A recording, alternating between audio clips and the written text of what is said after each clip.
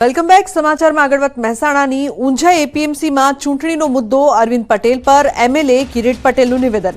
અરવિંદભાઈને નારાજગી અને ઉશ્કેરાટ છે. સમય જતાં ઉશ્કેરાટ સમી જશે. અરવિંદભાઈ અમારા જ માણસ છે. મેન્ડેટ આપવામાં અમારી કોઈ ભૂમિકા નથી. મેન્ડેટ આપવામાં અમારી બહુ કોઈ ભૂમિકા નથી. બધા આપ સૌ પણ જાણો છો કે મારો મેન્ડેટ પણ નથી. તો સુરતના વરાછાની જનતાનગર સોસાયટીના રહીશોએ કલેક્ટરને લોહીથી લખ્યો પત્ર. જી હા, વાત જાણે એમ છે કે જનતાનગરના સોસાયટીમાં 755 જેટલા ફ્લેટ્સ આવેલા છે. સોસાયટીના કેટલાક ફ્લેટ્સ કમર્શિયલ કરી દેવાયા છે અને કમર્શિયલ કામ પણ કરાઈ રહ્યું છે, જેથી લોકોને મુશ્કેલી પડી રહી છે. રહેણાંક વિસ્તારમાં મશીનો મૂકીને કામ કરવામાં આવી રહ્યું છે, જેને પગલે સ્થાનિકોએ વિરોધ નોંધાવ્યો. સ્થાનિકોએ આ મામલે અનેક વખત રજૂઆત પણ કરી, પરંતુ કોઈ પણ રજૂઆત ધ્યાને લેવામાં આવતી નથી, જેથી સોસાયટીના રહીશોએ કંટાળીને પોતાના લોહીથી પત્ર લખીને સુરતના કલેક્ટરને આવેદનપત્ર પાઠવ્યું. સ્થાનિકોએ કહ્યું કે જો 15 દિવસમાં અમારી રજૂઆતને ધ્યાને લઈ કોઈ નિર્ણય લેવામાં નહીં આવે તો અમે ગાંધી ચિંધ્યા માર્ગે આંદોલન કરીશું.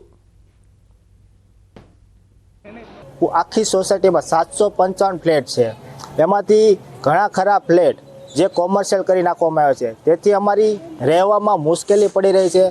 મશીનો આવ્યા છે, લોડિંગ વાહનો આવે છે, આવારો તત્વો અહીંયા આવે છે, અસામાજિક તત્વોનો પણ અહીંયા બહુ રાફડો ફાટ્યો છે. અહીંયા અંતે કંટાળીને આ લોકોને અમારી રજૂઆત ધ્યાને આવે એ માટે અમે લોહીથી આવેદનપત્ર લખ્યું છે. તો પાટણના સાંતલપુર મઢુત્રા નજીક કેનાલમાં કાર ખાબકવાનો મામલો. મામલતદાર, પાટણ ફાયર ટીમ, પોલીસ સહિત સ્થાનિક લોકો ઘટના સ્થળે પહોંચ્યા. સ્થાનિક તરવૈયા અને ફાયર ટીમ દ્વારા ભારે જહેમત બાદ કેનાલમાંથી કાર અને મૃતદેહ બહાર કાઢ્યો. ઘટનામાં સાંતલપુરના મિતેશ કોલી નામના યુવકનું મોત નીપજ્યું છે. યુવકના મૃતદેહને સાંતલપુર રેફરલ હોસ્પિટલ ખાતે ખસેડાઈ છે.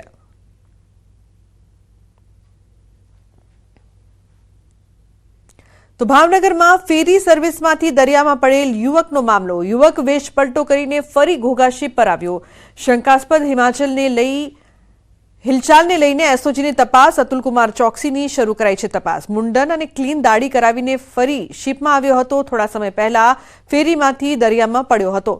દરિયામાં પડેલા યુવકને રેસ્ક્યુ કરીને બચાવાયો હતો. યુવકની હિલચાલને લઈને ઊભા થયા છે સવાલો. તો મહારાષ્ટ્ર અને ગુજરાતની હદ પર મધ દરિયે કોસ્ટગાર્ડનું રેસ્ક્યુ ઓપરેશન કરવામાં આવ્યું છે.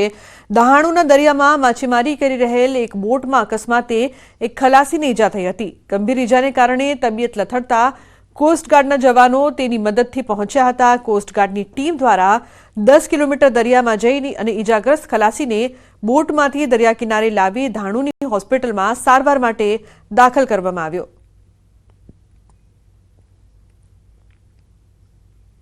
તો સોનાની જેમ ચાંદીમાં હોલમાર્ક મારવા માટે રજૂઆત કરવામાં આવી છે.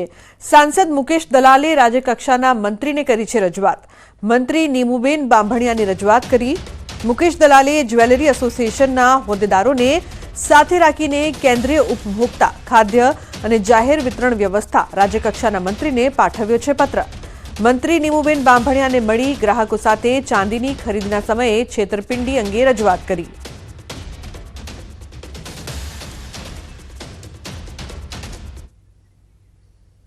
તો બાળકોના જીવનને ઉત્તમ આકાર આપવા સ્વર્ગસ્થ ધીરુભાઈ અંબાણીના જન્મદિવસ નિમિત્તે રિલાયન્સ ફાઉન્ડેશન દ્વારા કહાની કલા ખુશી શીર્ષક હેઠળ એક નવતર કાર્યક્રમ અમલમાં મુકાયો છે.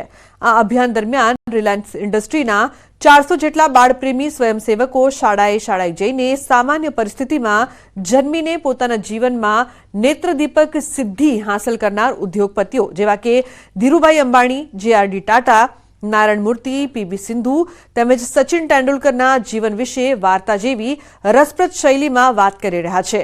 આ સ્વયંસેવકોમાં રિફાઇનરીમાં અધિકારીઓ અને તેમના પત્ની, માતા પિતા સહિતના કુટુંબીજનો જોડાયા છે.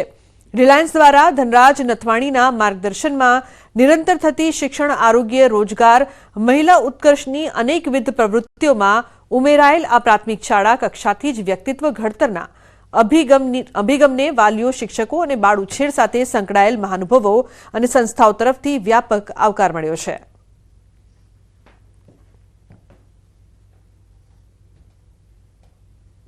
તો બુલેટિનમાં હાલ બસ આટલું જ. તમામ મહત્વપૂર્ણ સમાચાર માટે આપ જોતા રહો ન્યૂઝ 18 ગુજરાતી. નમસ્કાર.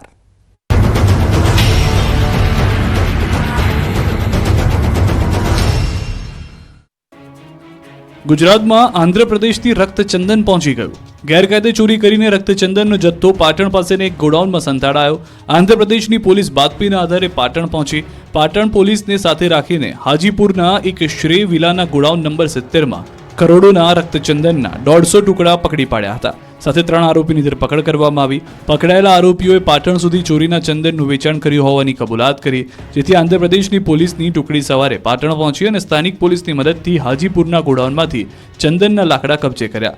પાટણમાં મળી આવેલ રક્તચંદન આંધ્રપ્રદેશથી ફિલ્મી સ્ટાઇલમાં આવ્યું હોવાનું મનાય છે. આશરે કરોડો રૂપિયાના લાલ ચંદન તસ્કરી ઝડપાઈ છે. વડોદરાવાસીઓ રોડ પર વાહન પાર્ક કરતા હોય તો સાચવજો. કારના કાચ તોડતી ગેંગથી સાવધાન રહેજો. વડોદરામાં તોફાની તત્વોએ રોડ પર જતા વાહનો અને પાર્ક કરેલા વાહનોના કાચ તોડતા તરખાટ મચ્યો છે. મારુતિધામ સોસાયટીમાં મોડી રાત્રે બાઇક પર આવેલા 2 અજાણ્યા શખ્સોએ ઘર પાસે પાર્ક કરેલ કારના કાચ તોડીને ફરાર થયા. જોકે આ સમગ્ર ઘટના સીસીટીવીમાં કેદ થઈ.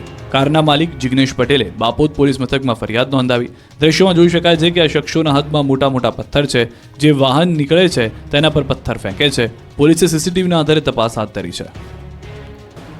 અમદાવાદના જમાલપુરમાં ગેરકાયદે ખડકી દેવાયેલી બિલ્ડિંગને તોડી પાડવામાં આવી છે.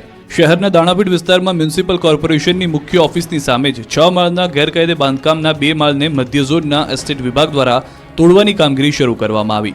8 ફ્લેટ તોડી પડાશે. સલમાન એવન્યુ બિલ્ડિંગના 4 માળમાં લોકો રહે છે, જ્યારે 1 માળ હાલ ખાલી છે. ત્યારે AIMIMના 2 કોર્પોરેટર દ્વારા આસિસ્ટન્ટ મ્યુનિસિપલ કમિશનર મિલન શાહને ઘેરીને દબાણ રોકવાનો પ્રયાસ કરાયો.